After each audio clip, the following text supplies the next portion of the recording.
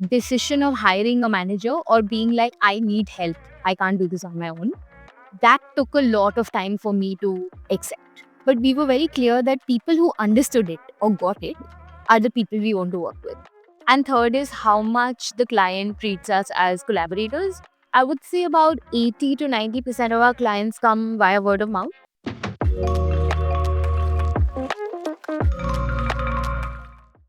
Hello, Kritika. It's super nice to have you. Why don't we start with an introduction and tell us what inspired you to launch Studio Ping Pong? Take us back to that aha moment. Hmm. Okay, hi, I'm Kritika. I'm the founder of Studio Ping Pong. Uh, I have been doing graphic design for about 8, 9 years now.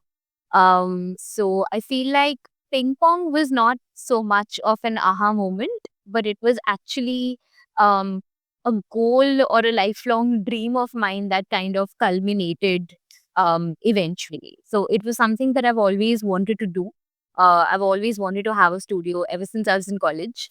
So it was very much a planned, thought out thing that I was working towards. I think the only reason it happened in 2020 was because I was getting a lot more work and I needed more people to be able to do that work. And it just felt like it was the right time to do that. That's amazing. You know what's funny? I'm in college right now and I'm starting my design studio. Nice. Nice. It's always one of those What are you dreams. studying? Studying technology, computer science. Right. But yeah, like personally, I'm a brand designer and strategist. But it's always something somewhere in the back of our minds. It's always there that, one should have a studio. It's one of those things. Makes sense. We'll talk about the amazing class that you worked with. Before that, can you tell me what's like one of the most unconventional yet like effective ways you've landed a client? Hmm. Okay. I think one of the weirdest ways that we got a client was actually when we were not looking for one. Uh, we had, as a team, we were working out of a coffee shop in Calcutta. It's called Pot Boiler. It was a coffee shop near our studio at that point. And there was a lot of construction work going on in our studio. So we were like, okay, we're going to go and work out of a coffee shop today because it's so noisy. And we spoke to the coffee shop and we were like, today, the whole day, four of us are going to sit here and work. And we'll pay you whatever needs to be paid for the day. And they were really nice and open about it. And then while leaving, when I was paying the bill, they actually asked me what we do. So I said, we're Studio Ping Pong, we're a graphic design studio. And they were like, oh, do you have a card? And I was like, yeah. And funnily enough, I was carrying a visiting card. Usually I don't because you don't ever use it nowadays. And I was carrying a visiting card and I gave them my visiting card. And then they said, okay, thanks. Then after 2 days, they called us and they were like, we really liked your visiting card. And we went and we saw your website. And we are looking for a graphic designer and we want you to do our coffee packaging. And that was amazing. Like I was like, this is the best way where you were not looking for a client and then they just saw your visiting card and like they came into your life. That I mean, we don't always give serendipity a chance, I believe. Yeah. But this is so much of fun, right? Yeah. And Yeah. talking about the website, like right off the bat, the ping pong website has so much of personality. Is it intentional, like from a business perspective as well, that you're sharing like the agency story so vividly? Absolutely. I feel like with a name like Ping Pong itself, we knew we wanted to have fun right off the bat. We knew a lot of people might not even understand it.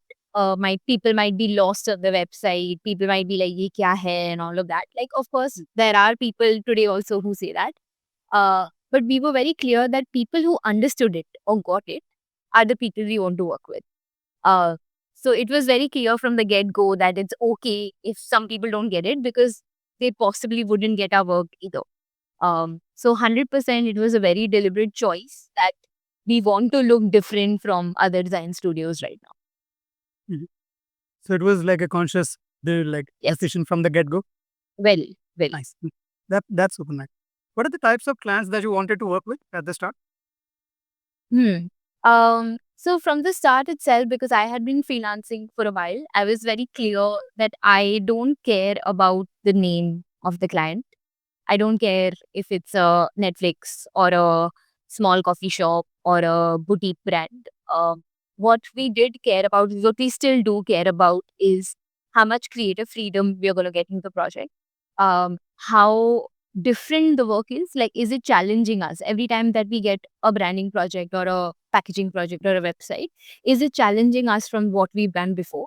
And third is how much the client treats us as collaborators, like how nice the client actually is, like personality wise, are we a match? So I feel like that really matters to us. That's why, like, it didn't matter whether it was a food brand or a fashion brand or a social impact brand, but it's the kind of work that we got to do which was interesting to us. I think the kind of work is much more important than the kind of client for us. Right. That makes sense. That's also kind of the advice, like a lot of senior designers I've heard from them that, it's not worth it to like get $20,000, but if the client doesn't let you sleep properly, it's not worth it. Right. And so, how did you get clients like Third Wave, Amazon Prime, and UNICEF? Like, these are big clients. How did you get them? I think I would say about 80 to 90% of our clients come via word of mouth, and all three of them came similarly. We have not done any pitching for them. I have not written any emails to them. They have not come via Instagram or the Reels or LinkedIn, none of the social media platforms as well. They have always come via other clients who probably have spoken about us in a larger room, or have come via collaborators or other designers in the community who have worked with us or who know us and have recommended us. And I feel like that is the strongest power to get more work. While I do feel like you need to keep your portfolio updated, you need to do cold emails, you need to reach out to people. I feel like the good quality work only comes via word of mouth, and that's kind of work for us. That's true. That's probably the biggest, like, the way to get clients, word of mouth is something that everybody wishes to achieve. And you've been able to land three of like really big clients with that. That's phenomenal. And that just shows the level of work and the level of proficiency you have with other clients and the level of match, as you say, because you only work with those clients. You are not working for the logo. That makes sense. We'll get into now kind of, the agenda of the podcast. Every podcast has kind of like a mission or something. With this, I want to make it like a masterclass for young agencies and design founders from your perspective. What are like what's like a common advice that you've heard around you that isn't as effective or isn't as general for everyone?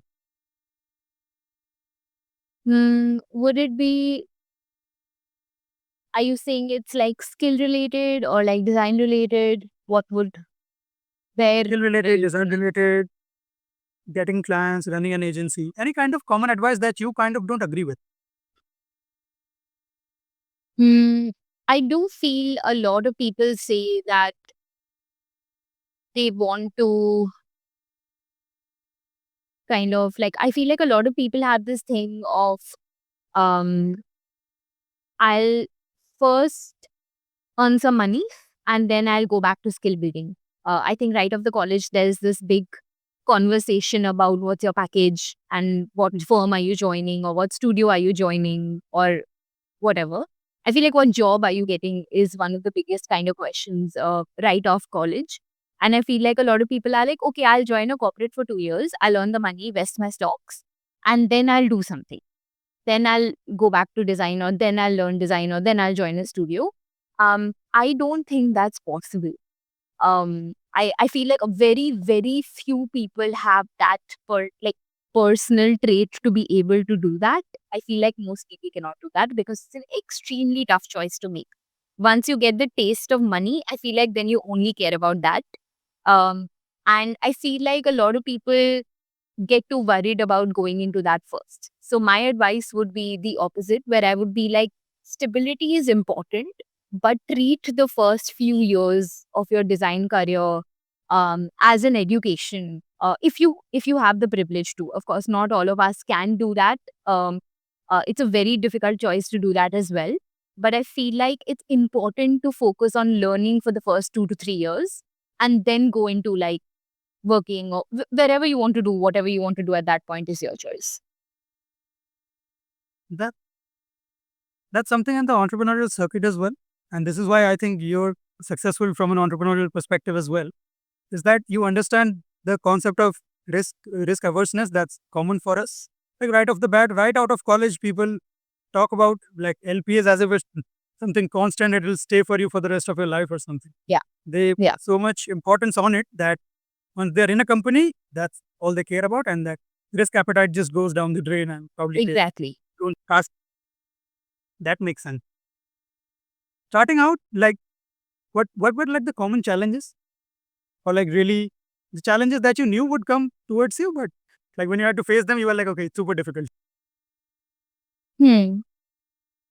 I think one of my biggest challenges that I felt like I couldn't come to terms with, like I was not ready to accept it. That was my biggest challenge. I feel like when it came down to management, uh, I'm somebody who likes business almost as much as I like design. I still like design a little bit more.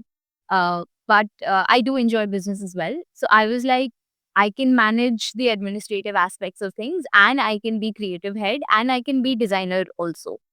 So I feel like that decision of hiring a manager or being like, I need help, I can't do this on my own, that took a lot of time for me to accept, or to accept that I need to pay somebody else to do this, something that I can do myself, but I just don't have the time to. That took a lot of like unlearning or acceptance. But I think when I made that decision, it completely changed the way like we functioned. So I think that was a very big learning for me. Also, like delegation in general, that I can't be everywhere all at once. That's not possible. And that it's okay to let go of control. So I feel like that's something that I still feel like I'm learning, but that's one of my biggest kind of challenges as a founder. Mhm.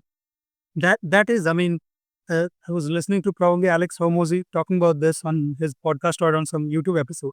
He said any successful founder, if we'll go back to their initial days, they can do 90% of stuff at 90% level better than almost 90% people. But they're only successful when they leave all that and do one thing 100%. Yeah. That makes sense, but it's super difficult giving away that control. Yeah. It's a learning that's super essential. Makes sense. What advice would you give to a younger self from a design perspective? Hmm. I wish I had given more time to myself to learn the craft of design a lot more. Like I feel like I was very good from the get go on handling clients, doing freelance, doing a lot of work. But I feel like I wish I had given myself a little bit more time to hone my skill set a bit more. But then again, I don't have any regrets. I just feel like it's an aptitude play, right? Like I leaned into something that I enjoy a lot more. Uh, but I wish I had. I wish I had given it more time. This is a thought I resonate with as well. I kind of started early enough. And anytime I'm more into, getting the studio established and all of those things, somewhere in the back of my mind, I'm like, maybe I will never become a Michael Beirut, and that's fine. Yeah. But somewhere back of my mind, it goes like, should I have tried to be? Maybe. I mean, yes. As you said, it's not a regret. It's kind of like an opportunity that you still have. We all still have, but Yeah. I don't know if I'll do that part. That's for the future to see. I mean, yes. Right. That makes sense. Okay, now getting into some, core advice. And I'm pretty sure this will be super implementable from you because they're actually doing things. What what would you say have worked the best for you in terms of getting clients apart from word of mouth? Starting out. So this is something that we started, I think, in our second year of Ping Pong, where we started reaching out to people. So we don't do pitches, we don't do free pitches at all. But we started writing to different kinds of clients across different sectors, like just cold emailing, simply cold emailing. Where we started, um, maybe if we wrote 100 emails, we got like, say, 10 back, for instance. And then maybe we converted 3. But we felt like what was happening is that maybe somebody was not replying to us then and working with us at that point. But almost always they would come back to us like 6 months later, being like, oh, we had seen your portfolio 6 months back. So I feel like cold emailing does work. It's very cumbersome, but it does work. Um, so I feel like that's something that we've been doing a lot more where we get. For assuring me that, because I was feeling like it probably doesn't work. No, I think it's just that the numbers are massive. So you'd have to do like 500 emails to get like, say, 50 back. So it's just that. But if you find that format working for yourself, then that. We've also realized that nothing like any other business, nothing works better than repeat clients. If you make one client happy, they will keep coming back to you for more and more work. Now in our third year, almost completing fourth year, um, most of our clients are repeat clients at this point. Where either they've started new businesses and they've come back, or they are in retainers, or they're coming back for smaller things, whatever it might be. I feel like if you keep one client happy, that means 10 new clients. So that's kind of work for us again from a repeat perspective. Yeah, that's super awesome. Because people always say that you are not in the business of getting clients, you are in the business of serving clients. Exactly. So, Exactly. yeah, super. In terms of design delivery, it's a question that I've always had and I always wanted to ask someone who's efficient at it, who has done it. Where do you think people go wrong in terms of the presentation stage to the design delivery stage? Or people, Like you can say, miss out on? like handover versus delivery. So I think what happens is like a lot of times, and we've done this in the past when we were just starting out or when I was freelancing, is what happens is that you start to feel like the final presentation of anything is the last step. But I would say that's 70% of the process now that I've understood it. And the last step is actually making your client or whoever you're working with completely capable of taking what you have built for, whether that means giving them a brand guide, whether that means teaching them Figma, whether that means giving them a recommendation of a social media agency that you know will be able to do justice to the brand that you built for them. So I feel handing over your clients to somebody else or even their in-house team is extremely important, and that needs to be more thorough than your beautiful presentation that you made. Because for us, it's very easy to do that because our job is to make things look good. That's literally what we do for a living. But it's very difficult to explain what our thought process is and how you can take it forward. And I think that delegation or that kind of like transformation from you to them is very important. So I've realized that that takes a bit of time. And sometimes it's not in your control. Sometimes it's very difficult. A client might not have budget for a social media agency. A client might not have an in-house team. They might not know how to work anything apart from Canva. But those are conversations that you need to have before you start the project, not after. So if clients have come up to us and been like, we only know how to design on Canva, we can't work on Figma. So then we create a design language that we know that will be easy to implement on Canva. Our job is not to be like, no, we will only work on Figma and you need to change everything for us. Our job is to make best possible use of resources available to us.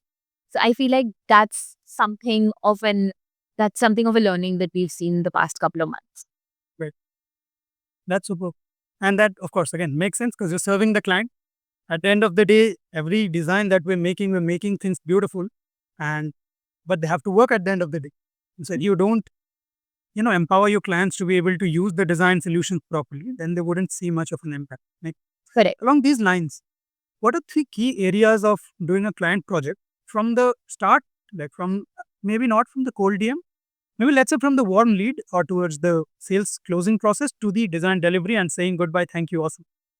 In that entire process, what are three key areas where you think young agencies should be more careful with and decisive with? Hmm. I think the first would be discovery or understanding the brief.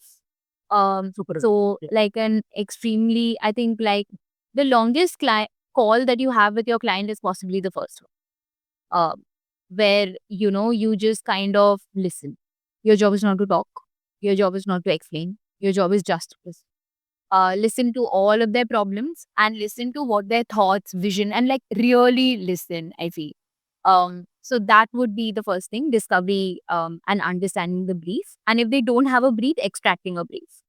So I think because that brief becomes your holy Bible throughout the next couple of months. Um, then I feel like in the middle, which is essentially um, empathy and education. So I say these two words because empathy, first of all, because like you said, you're designing for an audience, not your client, you're designing for an audience. So you're designing for somebody and you and your client are a team. You're not opposite each other. You're working as a team to for somebody else. So I think that's extremely important to understand that your job is to make their business come across the way that they want to, and sometimes also telling them what's better for them. So empathy and education from the point of view of it's very easy to do good design, I feel. It's very easy to do good design, but it's extremely difficult to do great design. Um, so I feel like at this stage, I know exactly what I can show my client and get the idea approved. Um, but my job here is to do that third route, which I know they might not pick, but is probably the best for them. So we always try to do this one route, which we know is very risky and it might not work. Like the client might not say yes, but it might work.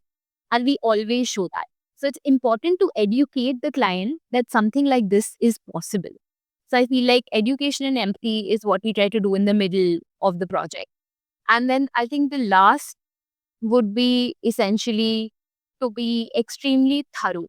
Uh, be thorough with your communication, be thorough with your handover, um, and also keep the door open in the end. Like, so for instance, I always end the project with like, if you need anything, even though the scope has finished, if you need anything for the brand in the next couple of months, we are here to figure that out for you. We are just a call away. So I feel like that really makes a client feel like we didn't just treat this as like we finished the project, wrap up, thank you for the money, and that's it. So I feel like that keeping that door slightly open helps them come back to you. So yeah, these are the three things I would say like work for us. Makes sense. That makes sense. What are three design trends that you see agencies needing to adapt to in the next 5 years?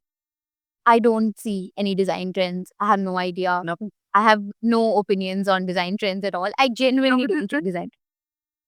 I feel like the elephant in the room is, yeah, uh, I feel like that's something, yeah, I feel like that's something that the first time when we all made contact with it, when it first became news, I think earlier this year, obviously fear was the first thing that all of us felt that, are we becoming obsolete and all of that. The more and more I have started using it in tiny capacities in our work, um, I've just become very okay with it now, where it's become like, for me, it's just like a really swanky tool. So I no longer fear. I also feel like the way we approach design, I no longer fear it replacing us. I feel like it's just making our lives easier in a lot of way. I do have some ethical concerns over it because of the way things are not like the copyright infringement, even with Adobe now saying that all your work could be used uh, and repurposed. So I still have my problems with that in terms of what AI is right now. I think it's very, very soon to make a large comment like it's going to take over our jobs. I don't think it will. But it's definitely something we cannot ignore. It's not something that I can keep on the side and be like, oh, it's for the next generation, or like, oh, we don't really need to use that in AI yet. I don't think I'm stupid enough to say that. Um, but I do feel like there is a huge barrier to entry that I'm feeling. Like, I still feel like I don't know how to use it properly, or I don't know how to get into it. Like, for instance, to give you an idea, the minute it came on Photoshop, we all started using it.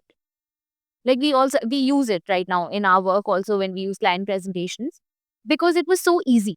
Photoshop is something that we already know. So it was very easy to use Generate. ChatGPT is very easy to use. So we started using that.